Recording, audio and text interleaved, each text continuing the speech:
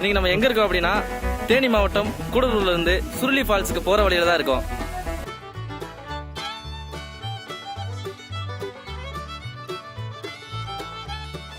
Suruli falls போறதுக்கு முன்னால நம்ம இந்த அழகான முல்லை பெரியார் ஆத்தை பார்த்துட்டு போயிடலாங்க.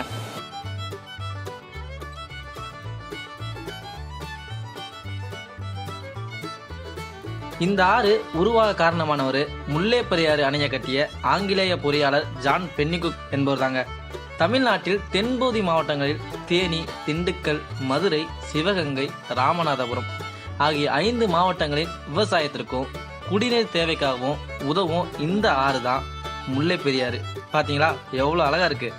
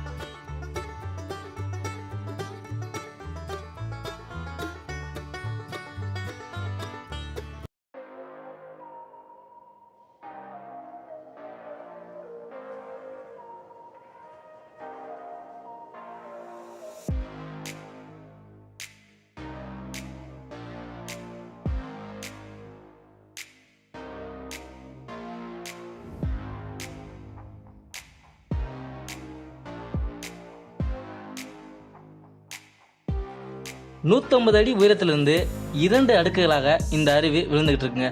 மேகமலையில ஊற்றெடுக்கும் சுருளி நீர்வீழ்ச்சி முதல்ல ஒரு குட்டையில தேங்கி அது நிரம்பி அதுக்கப்புறம் சுமார் 40 அடி நீளத்திற்கு விழுகுது.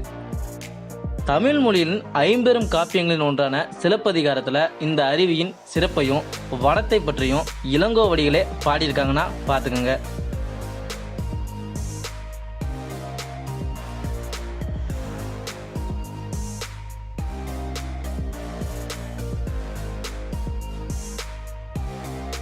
இந்த அருவிக்கு அருகில் உள்ள இடம் மூலிகைகளின் இருப்பிடமாகும்.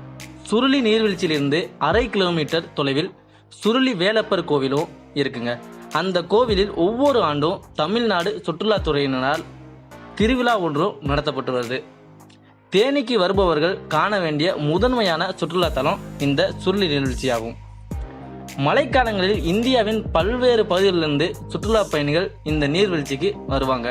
இதுபோக சுற்றுலா பயணிகள் வசதிக்காக உடை மாற்றும் அறைகளும் சவர்களும் இங்கு ஏற்படுத்தப்பட்டுள்ளன. சரிங்க, நீங்க எப்போ போக போறீங்க?